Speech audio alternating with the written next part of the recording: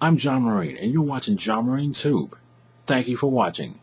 Coming to you from Houston, Texas, United States of America on a pretty wet early Friday morning. To see more of my videos, visit youtube.com/JohnMarineTube, but I suggest you watch this video first. If you love my videos and channel, subscribe. If you're a fan of mine on MySpace and or Facebook, join my fan sites. And for every video in October, I'll be devoting this time to breast cancer awareness. To find out how you can help, click on more information and follow the links that I provided. The main purpose of this video is about what exactly you'd look for in a simulation racing game. I'm going to share my own personal insight on this, and I want you to provide your own personal insight. As much as there are cultures, there are subcultures. Racing gamers are no different.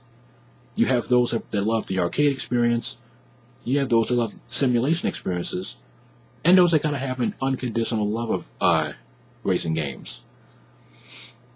What breaks apart simulation racing games from arcade racing games is that simulation racing games have you challenge your driving ability in real-life driving situations and racing situations, as opposed to things like, turbo boosts and wicked stunts like in arcade games.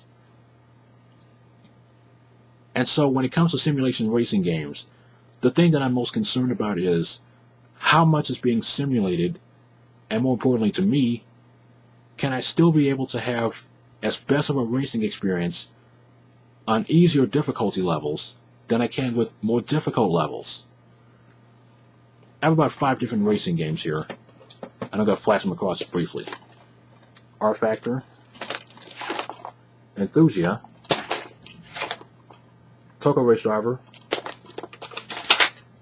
Gran Turismo 4, and GTR. When it comes to these kinds of games, you're talking about as real of an experience as possible. And basically, when it comes to making everything real, you know how EA Sports says if it's in the game, it's in the game. Well, for a simulation racing gamer, if it's in the race, it should be in the game. And if you don't have extreme levels of simulation, it's a fail to most people. Some even have different levels of devotion. Like some don't like using game pads. Some don't like being on a bed or on the floor in the living room. Some even have special racing units and even racing with things like this. The Logitech Driving Force Pro. But the thing that I think about is that I want to be able to have the best possible experience, even if it means having different driving aids to help me out. Because I'm honest, I am not very good.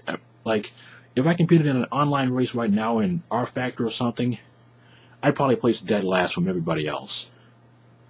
I'm not competitive enough or feel competitive enough that I'm one of the elite gamers.